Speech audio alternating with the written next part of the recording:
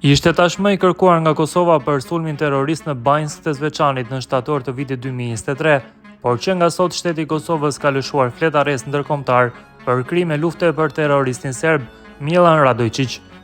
Sipas gjykatës themelore në Prishtinë, Radojčić akuzohet se ishte pjesë e një grupi serbësh që vran 106 civil shqiptar, trupat e të cilëve më pas u gjetën në një varrezë masive në Serbi. Prokuroria Speciale e Republikës së Kosovës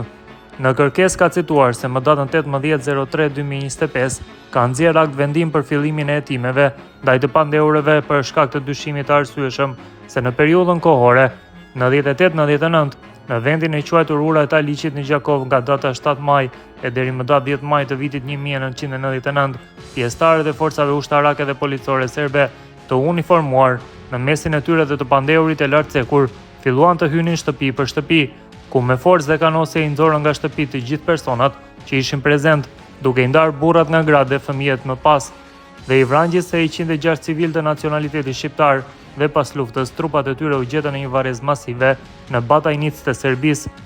Thuhet ndër të tjerash në arsyetimin e flet arrestimit, lidhur me këtë eksperti i sigurisë Drizan Shala thotë se ky flet arrest është një hap i rëndësishëm për shtetin e Kosovës në aspektin ndërkombëtar. Geopolitikisht, lëshimi i flet arrestit ndërkombëtar për Milan Radojčić për krime lufte është një hap që e forcon legjitimitetin ndërkombëtar të Kosovës si shtet që kërkon drejtësi dhe sundim të ligjit në përputhje me standarde ndërkombëtare. Kjo e vendos Serbinë para një dileme të madhe: ta mbrojë publikisht Radojčićin dhe të përballet me presionin ndërkombëtar, veçanërisht nga SBA dhe BE, apo të jap sinjale të bashkëpunimit duke e dorëzuar atë, çka politikisht është tepër e vështirë për Vučićin për shkak të brendësisë nacionaliste serbe. Ky flet arrest mund të rrisë presionin ndaj Serbisë për të zgjedhur mes vazhdimit të rrugës europiane ose izolimit të mëtejshëm, shpreh Shala.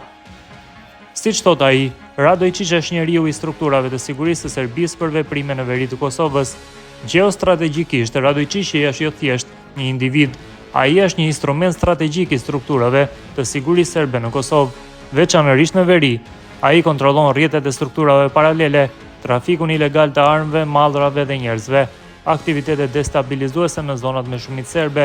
Arrestimi i tij do të dobësonte thellësisht kapacitetet e Beogradit për të ushtruar ndikim të dhunshëm në veri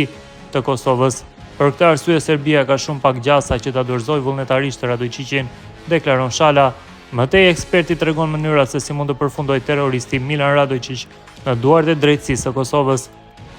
Për Kosovën kjo do të thotë se arrestimi i tij mund të realizohet vetëm në këto mënyra: një operacion i koordinuar ndërkombëtar, për shembull nëpërmjet Interpolit ose Europolit, presioni politik shumë i madh ndaj Serbisë nga faktorët ndërkombëtar, dështimi ose ndarja e Radojčićit nga vetë Vučići nëse ai bëhet barr për Serbinë, shpjegon Shala, i cili paralajmëron aksione të strukturave kriminale në veri të Kosovës.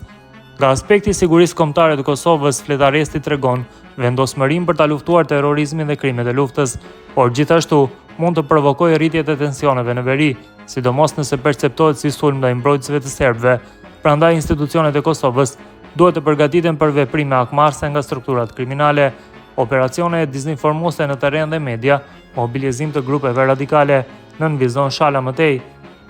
Në përfundim, eksperti Shala rekomandon një forcim të bashkëpunimit me KFOR-in dhe EULEX-in, si dhe intensifikimin e masave të inteligjencës dhe sigurimit në veri. Nga aspekti i inteligjencës, përkapjen e Radojčićit është e domosdoshme, zbulimi i lëvizjeve të tij, rrjetet të mbrojtjes dhe mbështetjes që ai ka brenda dhe jashtë Serbisë, përdorimi i inteligjencës teknike dhe bashkëpunimi me shërbimet partnere, zgjedhja e momenteve të dobësisë të tij, për shembull udhëtimet jashtë Serbisë, përplasje me grupe rivale e të tjerë. Nëse Serbia refuzon ekstradimin, ekziston mundësia që Radojčić të neutralizohet përmes metodave të tjera, për shembull duke i diskredituar ose duke ndikuar që ai ta humbas vlerën strategjike për Aleksandar Vučićin, përfundon analizën e tij eksperti i sigurisë Drizan Shala.